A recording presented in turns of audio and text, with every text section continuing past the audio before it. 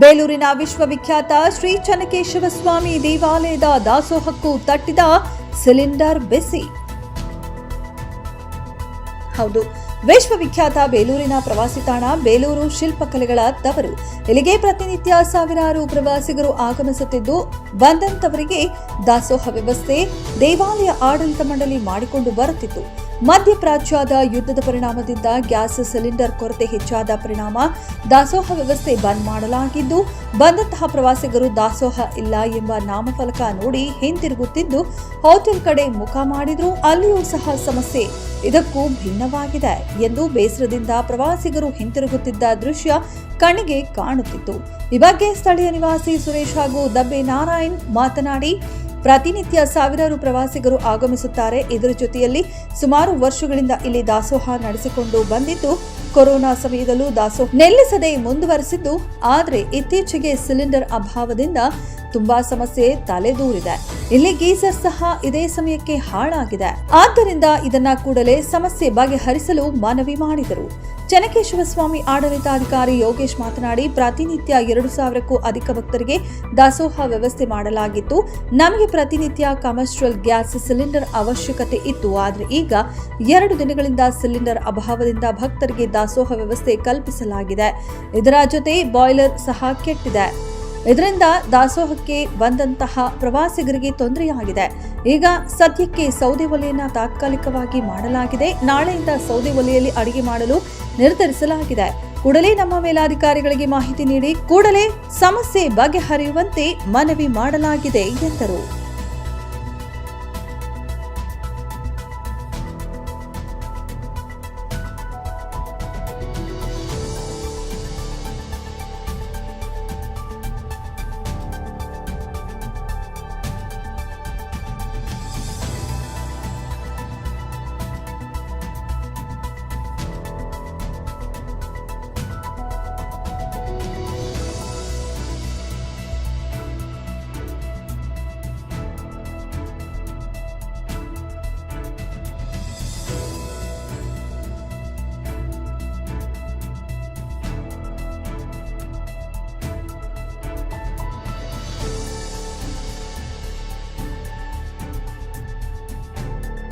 ಈ ವಿಶ್ವವಿಖ್ಯಾತ ಶ್ರೀ ಚನ್ನಕೇಶವ ಟೆಂಪಲ್ನಲ್ಲಿ ಪ್ರತಿದಿನ ಅನ್ನದಾಸವಾಗುತ್ತೆ.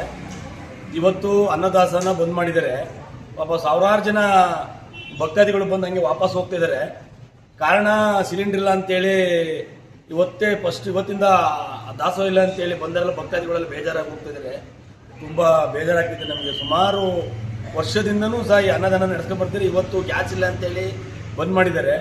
ದಯಮಾಡಿ ಸರ್ಕಾರ ಎಚ್ಚೆತ್ಕೊಂಡು ಅನ್ನದಾಸೋಹಕ್ಕೆ ಗ್ಯಾಸ್ ಸಿಲಿಂಡರ್ಗಳನ್ನ ಸಪ್ಲೈ ಮಾಡಬೇಕು ಅಂತ ಕೇಳ್ತಾ ನನ್ನ 2 ಮಾತನ್ನ. ಅದಲ್ಲದೆ ಮತ್ತೆ ದಾಸೋಹದಲ್ಲಿ ಗ್ಯಾಸ್ ಗೀಜರು ಕೆಟ್ಟೋಗಿ ತುಂಬ ತೊಂದರೆ ಆಗ್ತಿದೆ. ನೋಡಿ ನಮಗೆ ಒಂಥರ ಬೇಜಾರಾಗ್ತಿದೆ. ಪ್ರತಿ ಜನ ಬಂದು ಅನ್ನದಾಸ ಇಲ್ವಾ ಅಂದರೆ ಇಲ್ಲಿ ಒಂದು ಪ್ರಸಾದ ತುಂಬ ಚೆನ್ನಾಗಿರುತ್ತೆ. ಪ್ರತಿದಿನ ಬಂದು ನಾವು ಯಾವಾಗಲೂ ಬಂದಾಗ ಊಟ ಮಾಡ್ಕೊಂಡು ಹೋಗ್ತಿದ್ದು ತುಂಬ ಚೆನ್ನಾಗಿರುತ್ತೆ ಅಂತ ಹೇಳಿರು. ಹಂಗಾಗಿ ಪಾಪ ಎಲ್ಲ ನೋಡಿ ಬಂದರು ವಾಪಸ್ ಹೋಗಿದ್ದಾರೆ.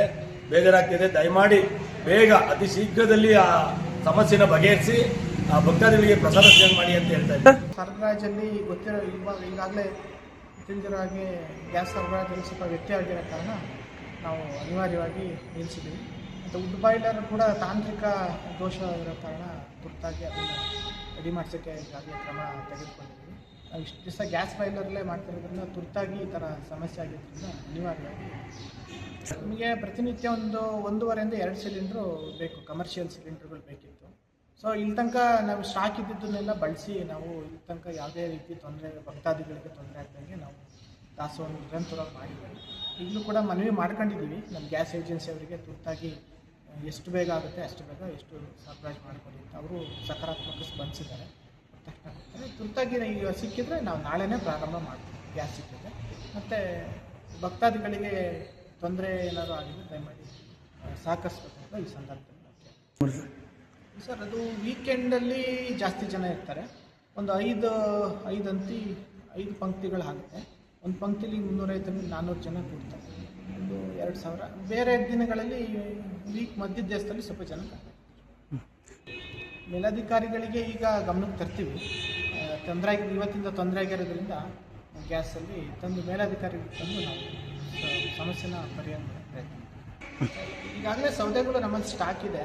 ಆ ಸೌದೆ ಬಾಯ್ಲರ್ ಒಂದು ಸ್ವಲ್ಪ ತಾಂತ್ರಿಕ ತೊಂದರೆ ನಿನ್ನೆ ಕಾಣಿಸ್ಕೊಂಡಿದೆ. ಸ್ಟೀಮು ಸ್ವಲ್ಪ ಲೀಕ್ ಆಗ್ತಿರೋದ್ರಿಂದ ಸ್ಟೀಮ್ ಮೂವ್ ಆಗ್ತಾ ಇಲ್ಲ. ಆಲ್ರೆಡಿ ನಾವು ಏಜೆನ್ಸಿ ಇವರಿಗೆ ತಿಳಿಸಿದ್ದೀವಿ. ಅವರು ಸೊ ಎಲ್ಲ ಕಡೆ ವುಡ್ ಬಾಯ್ಲರ್ ತೊಂದರೆ ಆಗಿರೋದ್ರಿಂದ ಸ್ವಲ್ಪ ಸರ್ವಿಸ್ ಮ್ಯಾನೇಜರ್ ಸಿಗ್ತಾಯಿಲ್ಲ ಅಂತ ಅವ್ರನ್ನೂ ಕೂಡಲೇ ಕರೆಸಿ ನಾವು ಸರಿ ಮಾಡ್ತೀವಿ. ಯೋಗೀಶ್ ನಮ್ಮದು ಉಲ್ಲುಂಬೆಳ್ಳೂರು ಪಾಳ್ಯದ ಹತ್ರ. ನಾವು ಬೇಲೂರು ಚನ್ನಕೇಶ್ವರ ಸ್ವಾಮಿ ದೇವಸ್ಥಾನಕ್ಕೆ ಬಂದಿದ್ದು. ನಮ್ಮ ಮಂದಿಯವರು ಯಾವಾಗಲೂ ಬರ್ತೀವಿ, ಯಾವಾಗಲೂ ಬಂದಾಗೆಲ್ಲ ಪ್ರಸಾದ ಮಿಸ್ ಆಗಲ್ಲ, ಯಾವಾಗಲೂ ತಿನ್ಕೊಂಡು ಹೋಗ್ತೀವಿ. ಈ ಸರಿ ಬಂದಾಗ ಇಲ್ಲಿ ಬಂದರೆ ಊಟದ ವ್ಯವಸ್ಥೆ ಇಲ್ವಂತೆ. ಯಾಕೆ ಅಂತ ಕೇಳಿದ್ವಿ, ಅದಕ್ಕೆ ಸಿಲಿಂಡರ್ ಪ್ರಾಬ್ಲಮ್ ಅಂತ ಹೇಳಿದ್ರು.